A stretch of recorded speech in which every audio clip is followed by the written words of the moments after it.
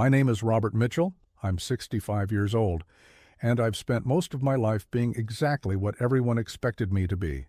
The perfect American patriarch, conservative, traditional, predictable, safe, until I met Isabella. And she destroyed everything I thought I knew about myself, about love, about life, about what it means to be truly alive. But I'm getting ahead of myself.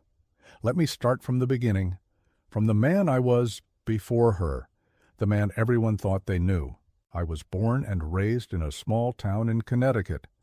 My father was a pastor. My mother taught Sunday school. We went to church 3 times a week. We said grace before every meal.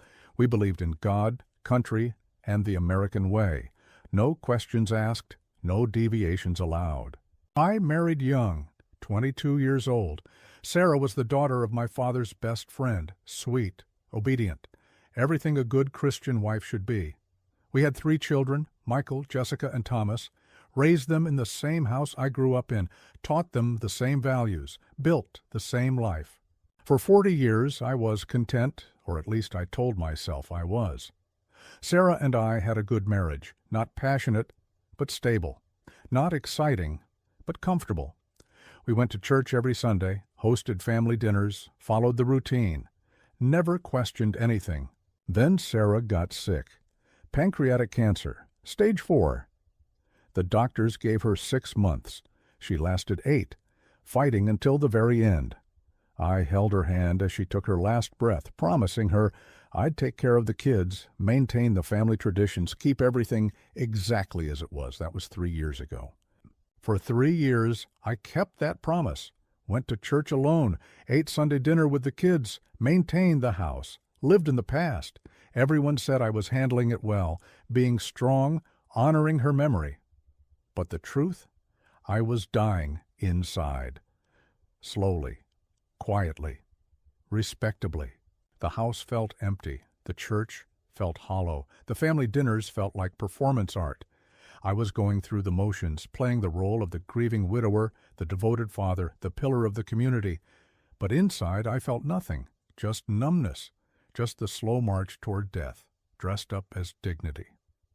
Then one Tuesday afternoon, everything changed. I needed someone to help with the house. It was too big for me to maintain alone. The garden Sarah loved was overrun with weeds. The gutters needed cleaning, simple tasks that suddenly felt impossible. My daughter Jessica suggested hiring someone. Just temporarily, Dad, just to help you get back on your feet. That's how Isabella came into my life. She arrived on a Tuesday morning in late April. I remember because the cherry blossoms were blooming and I was sitting on the porch drinking coffee, staring at nothing. A small car pulled into the driveway, not new, but clean, well-maintained. A woman stepped out, and I swear to God the world shifted.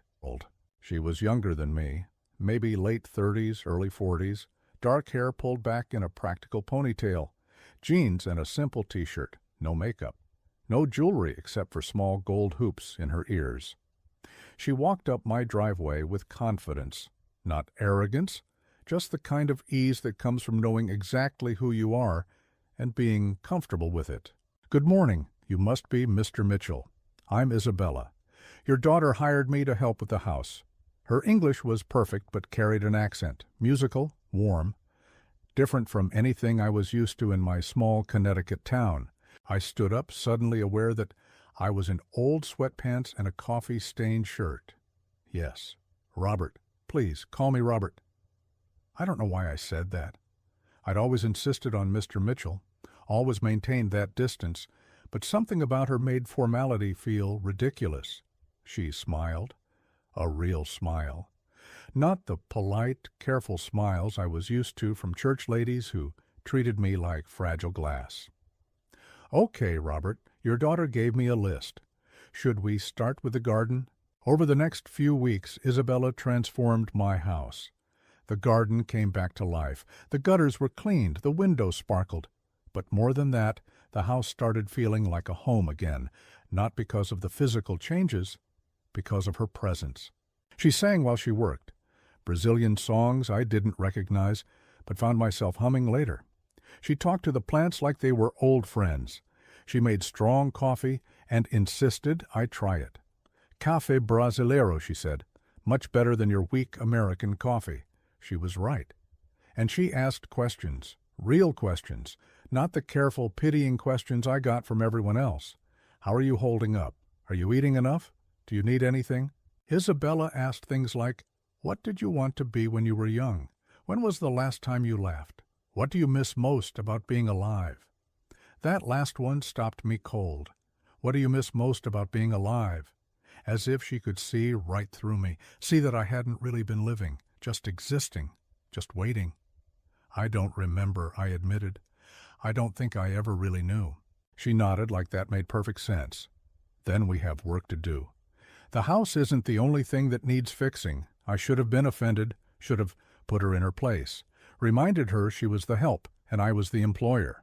But I wasn't offended, I was intrigued, maybe even grateful. Over the following months, Isabella became more than just someone who worked on my house. She became the person I looked forward to seeing, the reason I got up in the morning, the only part of my day that felt real. We started having coffee together on the porch. She told me about growing up in São Paulo, about the favela where she was raised, about her mother who cleaned houses, just like she did now, about coming to America at 18 with nothing but a dream and determination. She told me about the racism she faced, the assumptions people made, the doors that closed because of her accent, the men who thought she was easy because she was Latina, the women who clutched their purses tighter when she walked by. I'm ashamed to say I'd never thought about any of that before. I'd had opinions about immigration, strong opinions. I'd voted accordingly, supported policies, said things at church dinners about people needing to speak English, assimilate, respect our culture.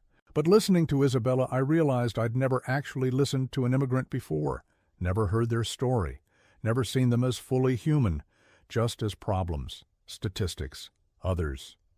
She told me about her daughter, 15 years old, smart, beautiful, dreaming of medical school, about working 3 jobs to save for her education, about sending money back to her mother in Brazil, about the guilt of not being there for her daughter as much as she wanted. And I told her things I'd never told anyone, about feeling trapped in my own life, about the resentment I'd swallowed for 40 years, about dreams I'd given up before I even allowed myself to dream them, about the emptiness that had nothing to do with Sarah dying and everything to do with never really living. She listened without judgment, without trying to fix me, without telling me I should be grateful for my blessings, trust in God's plan, keep faith. She just listened and saw me, really saw me. For the first time in 65 years, someone saw me. I fell in love with her on a Thursday in October. We were raking leaves in the backyard. She was telling me about Carnival in Rio, trying to describe the music, the energy, the joy. Her eyes were bright, her hands moving expressively, and I realized I was staring at her, not at a woman, at Isabella, the specific, extraordinary person who had somehow crashed into my carefully controlled life and set everything on fire. "I love you." The words came out before I could stop them. She froze, the rake still in her hands, staring at me like I'd spoken a language she didn't understand. "Robert." She said my name carefully, like approaching a wild animal. I know it's crazy. I know I'm old. I know you probably think I'm just a lonely widower confusing gratitude with love. But I'm not. I've never been more certain of anything in my life. I love you, Isabella. She set down the rake, looked at me for a long moment, and I saw everything in her face, the impossibility, the complications, the enormous gap between our worlds. But I also saw something else, something that made my heart race. She felt it too. "Robert," she said quietly, "I'm 38 years old. You're 65. I'm Brazilian. You're American. I'm an immigrant. She gestured vaguely. "You. I know. I don't care. Your family will care. Your church will care. This whole town will care. Let them." She shook her head. "You don't understand what you're saying, what this would mean, what you would lose." "Then help me understand. Come to dinner. Let me take you somewhere. Let me prove this isn't just loneliness. Let me show you this is real. She studied my face, searching for something. Doubt, maybe. Insincerity. Some sign that I didn't mean it, but I did mean it. More than I'd ever meant anything. One dinner, she finally said. But Robert, if this is some kind of... She paused, choosing her words carefully. If this is about feeling young again, or rebelling, or whatever midlife crisis looks like at 65, please don't. I can't afford to lose this job. And I definitely can't afford to get my heart broken by a man who's going to realize he made a mistake. It's not a mistake, I said firmly. This is the first thing I've done right in years. That Friday night, I took Isabella to dinner, not somewhere in town where everyone would see and judge, but a small Brazilian restaurant an hour away in a neighborhood I'd never been to. She'd suggested it, half joking, saying I needed to experience real Brazilian food. The restaurant was small, crowded, loud. Music playing, people laughing, speaking Portuguese. Nothing like the quiet, reserved restaurants I was used to, and it was perfect. Isabella ordered for us feijoada, pão de queijo, coxinha, foods I'd never heard of. She explained each dish, telling me stories about eating them as a child, about her mother's cooking, about what each one meant to her. And I watched her come alive in a way I'd never seen, speaking Portuguese to the waiter, singing along with the music, completely at ease, radiant. This is who you are, I said, when you're not in my world, when you can just be yourself. She smiled. Yes, this is me. Is it too much for you? It's not enough. I want more of this. More of you. All of you. We talked for hours about everything, about nothing, about the impossibility of what we were doing and why we were doing it anyway. And when I drove her home that night, I kissed her, right there in her driveway. And she kissed me back. For 3 months, we kept it secret. She'd come to work on the house, we'd have coffee, talk, laugh. And when no one was watching, we'd steal moments. A kiss in the garden, holding hands while watching the sunset, making love in my empty house like teenagers afraid of getting caught. It was the happiest I'd ever been, and the most terrified, because I knew it couldn't stay secret forever, and I knew when it came out, everything would explode. The explosion came on a Sunday in January. I'd invited Isabella to church. I know, it sounds crazy. But I was tired of hiding, tired of pretending. I wanted her to see that part of my life, and I wanted them to see her, really see her, not as the help, as the woman I loved. She was reluctant. Robert, this is a bad idea. They're not ready for this. They'll never be ready. But I am. So she came, wearing a simple dress, her hair down, beautiful, dignified, nervous. The look started the moment we walked in together, whispers, stares. My son Michael was there with his wife and kids. His face went white when he saw us. My daughter Jessica actually gasped, audibly. We sat in my usual pew. I held Isabella's hand, and I felt every eye in that church burning into us. After the service, all hell broke loose. Michael cornered me in the parking lot, his face red, his voice shaking with rage. Dad, what the hell are you doing? Who is she? Why is she here? Her name is Isabella, and she's here because I invited her, because I care about her, because I wanted you all to meet her properly. Meet her? We know who she is, Dad. She's the woman you hired to clean the house. What are you thinking, bringing her to church like she's your girlfriend or something? I took a deep breath. She is my girlfriend. I'm in love with her. The silence was deafening. Michael stared at me like I'd slapped him. Jessica walked over, eyes wide. Dad, please tell me you're joking. I'm not joking. I'm in love with Isabella, and I wanted you all to know. Michael exploded. Are you out of your mind? She's half your age. She's a... He caught himself, glancing at Isabella, who stood a few feet away, chin up, refusing to show fear. She's an immigrant, Dad. She probably just wants a green card. Or money. This is insane. Watch your mouth, Michael. You don't know her. You don't know anything about her. And you do? Jessica joined in. Dad, she's been working for you for what, 6 months? And suddenly you're in love? Can't you see what this looks like? What everyone will think? I don't care what everyone thinks, I care about her. And if you gave her a chance, you'd see why. But they didn't want to see. They wanted me to come to my senses. Break it off. Go back to being the respectable widower, the predictable patriarch, the man who followed all the rules. That Sunday dinner became a war zone.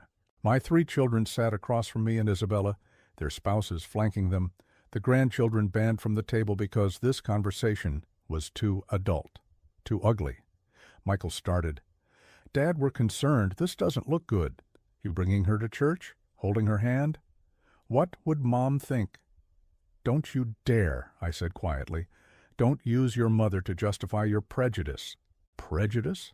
Jessica's voice was sharp. We're trying to protect you. She's obviously after something. Money, status, a way to stay in the country. Isabella, who had been silent, finally spoke. With all respect, you don't know me.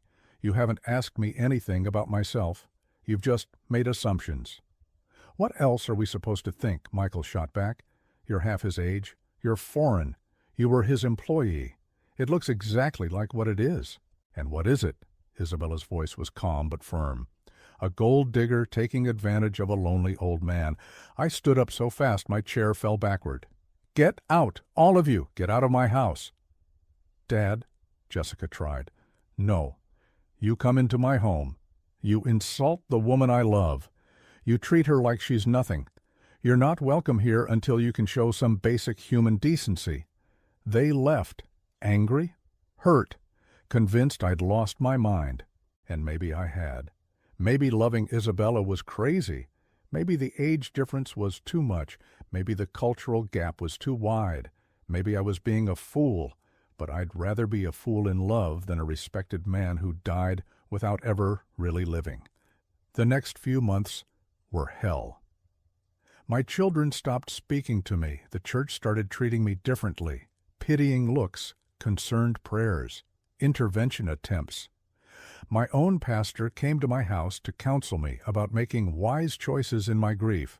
The town gossip was relentless. I heard it all. He's having a midlife crisis. She's obviously using him. It's embarrassing, disrespectful to Sarah's memory. He should know better at his age.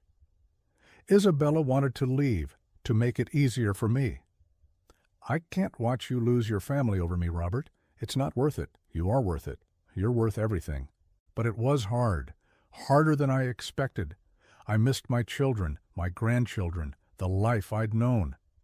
But every time I thought about giving up, I'd look at Isabella, see the strength in her, the dignity, the love she offered, even when it cost her everything. And I'd remember what she taught me. That real love isn't comfortable. It's not easy. It doesn't fit into neat boxes and follow all the rules. Real love challenges you, changes you, makes you choose between who you were and who you could be. The turning point came 6 months later. My youngest son, Thomas, who had been the quietest during all of this, called, "Dad, can I come over? I want to talk. Just me." He came alone, sat across from me in the living room, looking uncomfortable but determined. "Dad, I owe you an apology, and so does everyone else." I waited. I've been thinking a lot about what you said, about us not knowing Isabella, about making assumptions, and you're right. We didn't give her a chance. We just judged. Why the change of heart? I talked to her daughter. I sat forward. What? Thomas nodded. I ran into them at the library. Isabella was helping her daughter with college applications. And Dad, that girl is remarkable, smart, kind, ambitious. And the way Isabella talks about you. He paused. She loves you, really loves you, and not because of money or status or any of that. She sees you, the real you, and she loves that person. I felt tears prick my eyes. I was wrong, Thomas continued. We all were. We saw what we expected to see. An old man being fooled, a foreign woman looking for an easy life. But that's not what this is. This is just love. Complicated, messy, unconventional love. But real. Thank you, I managed. I'll talk to Michael and Jessica. I can't promise they'll come around quickly, but I'll try. Because, Dad, you look happy, actually happy, and I haven't seen that in years, maybe ever. 2 months later, Thomas invited us to his house for dinner, including Michael and Jessica. It was awkward, stilted, everyone overly polite, but Isabella handled it with grace. She asked about the grandchildren, complimented Jessica's home, found common ground with Michael about sports, and then something happened. My 6-year-old grandson spilled juice all over the table, and before anyone could react, Isabella was there, cleaning it up, comforting him, speaking softly in Portuguese, then English. "It's okay, pequeño. Accidents happen. Let's clean this up together, Sim?" And I watched my children see her, really see her, not as a threat, not as an outsider, but as a kind, warm person who genuinely cared. That night, after we left, Jessica called. "Dad, I'm sorry. I'm so sorry. I should have trusted you, should have given her a chance. She's wonderful. And you love her." That should have been enough for me. One by one they came around, not overnight, not without struggle. But slowly they opened their hearts, invited us to dinners, included Isabella in family events, watched her play with the grandchildren, saw how she made me laugh, how she challenged me, how she loved me. And something beautiful happened. They didn't just accept Isabella. They grew to love her. Because she was impossible not to love. A year after that church scandal, we had a small wedding. In my backyard, under the same trees where we'd fallen in love, my 3 children were there, their spouses, the grandchildren, Isabella's daughter and mother who flew in from Brazil, and as I stood there, holding Isabella's hands, promising to love her for whatever time we had left, I realized something. I was 66 years old, and for the first time in my entire life, I was exactly who I was supposed to be. Not the man everyone expected, not the perfect patriarch, not the conservative, predictable, safe version of Robert Mitchell, but the real me, flawed, complicated, in love with a Brazilian woman half my age who saw through all my walls and loved me anyway. My children gave speeches at the reception. Michael, fighting tears, said, "Dad, I'm sorry it took me so long to see what you saw. Isabella, thank you for loving him, for bringing him back to life, for teaching all of us that love doesn't have rules." Jessica hugged Isabella and whispered, "You're not taking our father away. You're giving him back to us, the real him. Thank you." And Thomas raised a glass to breaking rules, to unexpected love, to proving that it's never too late to start living, to Isabella, who changed everything, and a dad who was brave enough to choose love over approval. That night, dancing with Isabella under string lights in my backyard, I thought about the man I'd been before her. The closed-off, rigid, prejudiced man who thought he knew everything, who judged people without knowing them, who built walls instead of bridges. And I was grateful that she'd crashed into my life, grateful that she'd refused to let me hide, grateful that loving her had forced me to confront every ugly thing about myself and choose to be better. Because here's what I learned. Real change doesn't come from reading books or hearing speeches. It comes from loving someone so different from you that you can't avoid seeing your own prejudices reflected back at you and choosing, every single day, to unlearn them. I'm 67 now. Isabella and I have been married for a year. And I can honestly say these have been the best years of my life. Not because they're easy, they're not. We still face judgment, stares in restaurants, whispers at church, people who can't understand why a man my age would be with a woman like her. But we don't care anymore, because we have something more valuable than approval. We have each other. We have a love that's real and messy and complicated and absolutely worth every hard moment. Isabella taught me that life begins when you stop performing it, when you stop being what everyone expects and start being who you actually are, when you love who you actually love, regardless of what makes sense on paper. At 65, I thought my life was winding down, that I'd had my time, done my living, that all that remained was a slow, dignified march toward the end. Isabella showed me I was wrong. She showed me that life can begin at any age, that love doesn't care about numbers or countries or expectations, that the bravest thing you can do is choose authenticity over approval, choose love over comfort, choose living over existing. So to anyone watching this who thinks they're too old to change, too set in their ways, too late to start over, to anyone who's built a life they don't really want, but don't know how to leave, to anyone who's ever felt that spark with someone inappropriate and talked themselves out of it, don't. Don't let fear win. Don't let other people's opinions dictate your happiness. Don't waste another day being who you're supposed to be instead of who you are. I wasted 65 years being the perfect son, the perfect husband, the perfect father, the perfect Christian, and I was miserable. Then I spent 1 year being imperfect, being real, being in love with someone I wasn't supposed to love. And I finally understood what it meant to be alive. Isabella didn't just change my life, she saved it. And along the way, she changed my whole family, softened their hearts, opened their minds, showed them that love isn't about finding someone who checks all the boxes. It's about finding someone who makes you want to be better than you were. At 67, I'm finally living, really living. And it's all because a 38-year-old Brazilian woman looked past everything I was supposed to be and saw who I actually was, and loved that person, even when I didn't love him myself. This is my story. Robert Mitchell. Conservative patriarch turned rule breaker, widower turned lover, old man who learned that you're never too old to start over, never too set in your ways to change, never too late to choose love over fear. And if my story gives even one person the courage to love who they love, despite what anyone says, despite how it looks, despite all the reasons it shouldn't work, then it was all worth it. Every hard moment, every lost friendship, every judgmental stare. Because love is always worth it, always, even when it's complicated, especially when it's complicated. Thank you for listening. Thank you for not judging. Or if you did judge, thank you for staying anyway. For hearing me out. For considering that maybe, just maybe, the conventional path isn't the only path. That breaking rules sometimes means breaking free. I'm Robert Mitchell. I'm 67 years old. I'm married to a Brazilian woman 30 years younger than me, and I've never been happier, never been freer, never been more myself.